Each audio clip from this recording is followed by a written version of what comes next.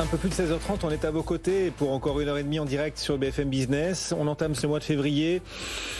Coup-ci, coup-ça, sur le CAC 40, qui hésite beaucoup. On va rejoindre Romain Daubry. Bonjour Romain, depuis la cellule Info d'Experts de Bourse Direct. Romain, on est ravis de vous retrouver. Bonjour. Donc, avant ce soir, la publication de Meta après la clôture de Wall Street. On est un peu pessimiste d'ailleurs pour Meta après la publication de Snap. On voit que le marché publicitaire s'est dégradé pour Snap. Snap qui à Wall Street recule de 11%. C'est peut-être pas bon signe non plus pour Meta. Bref, on suivra cela.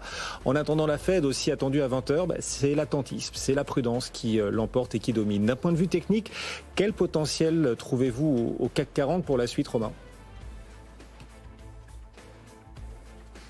On est toujours dans une zone de consolidation depuis mi-janvier sur l'indice CAC 40 et sur les grands indices européens. Les indices américains ont permis de tenir en partie haute la semaine dernière et ont bien rattrapé leur retard.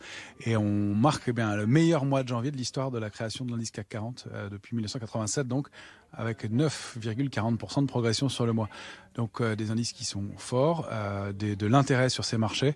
On voit que les moindres signaux de faiblesse sont contrés. Le moindre signal de retracement la semaine dernière a été rapidement contré. Et c'est la même chose sur les indices américains qui donnent aussi des structures et des validations de retournement haussières. Le S&P, le Nasdaq ont débordé les obliques baissières sous lesquelles ils évoluaient depuis plus d'un an. C'est donc un signal fort et tout ça avec du volume et des sorties fortes en termes de pourcentage. On a toujours des volontés d'achat sur repli pour la plupart des opérateurs. Les autres sont prudents, ils sont vigilants.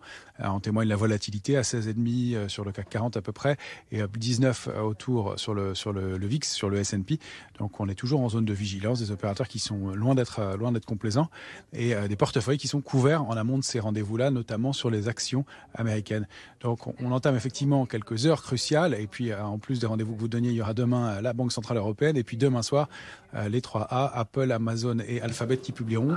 Ça va animer évidemment les marchés. Donc volatilité à prévoir. Techniquement, on évolue à Paris dans un grand trading range 6997, 7126. La médiane, on l'a ajustée à 7063 points. Tant qu'on est au-dessus, c'est plutôt accumulation en partie haute. La rupture de 7033 marquerait un petit warning en intraday, mais c'est la rupture de 6997 qui déclencherait l'alerte. Et l'alerte, elle serait juste l'alerte d'une consolidation à notre sens pour aller chercher un niveau autour de 6865 points.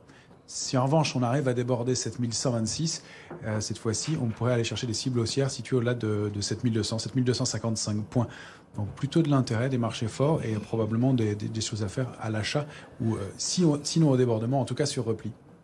Du côté des sociétés, justement, des valeurs cotées, des actifs au sens large, où se situent les potentiels les plus intéressants pour la suite ? Alors les secteurs forts pour l'instant, c'est la banque. Difficile de rentrer sur le secteur bancaire sur les niveaux actuels. Il faudrait des petits replis parce que le débordement de niveau majeur est un petit peu loin maintenant. Il y a le secteur automobile qui déclenche à nouveau des signaux intéressants. Et puis il y a pas mal de valeurs individuellement qui ont déjà soit de beaux parcours, soit qui sont en passe de les déclencher. On voit des valeurs comme Vicat ou ALD pour des plus petits titres ou Alten encore. Il y a Atos qui a déjà eu un beau parcours mais qui est sous des niveaux de résistance importants qui pourraient déclencher des mouvements complémentaires. Et puis il y a Capgemini qui est pas loin non plus d'une oblique baissière de long terme qui pourrait déclencher quelque chose. Et Danone qui frémit à la sortie d'un petit triangle symétrique qui pourrait donner un petit potentiel haussier aussi. Donc pas mal d'éléments sur beaucoup de titres et dans des secteurs assez différents.